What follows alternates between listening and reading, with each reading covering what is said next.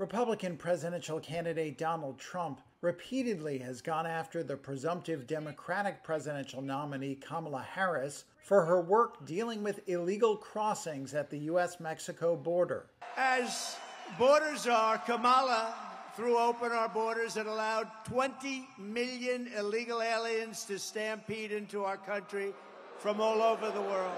But experts say Harris wasn't really a border czar at all. The vice president was asked to deal with the root causes of migration from Central America as illegal border crossings were rising in 2021. President Joe Biden asked Harris to lead diplomatic efforts to reduce poverty, violence, and corruption in the Northern Triangle countries of Guatemala, Honduras, and El Salvador, as well as engage with Mexico on the issue. But she didn't control the U.S.-Mexico border. Alan Burson, the former border czar under Presidents Barack Obama and Bill Clinton, told Reuters that his job was to coordinate border law enforcement across a group of federal agencies, maintain channels of communication between those agencies and state and local governments, and establish working liaison relationships with foreign governments, mainly Mexico. He said his responsibilities also included recommending strategies to the U.S. Attorney General to improve enforcement of immigration and drug laws at the border. In the words of Burson, quote,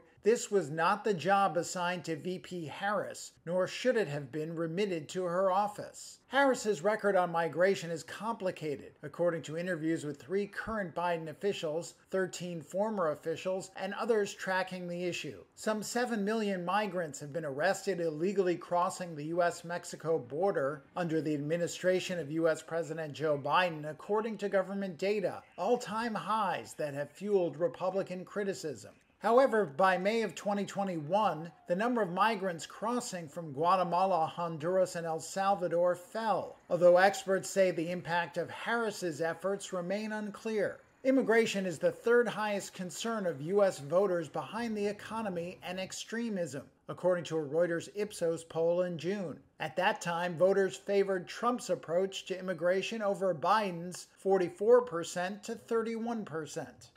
As president, I will bring back the border security bill that Donald Trump killed, and I will sign it into law.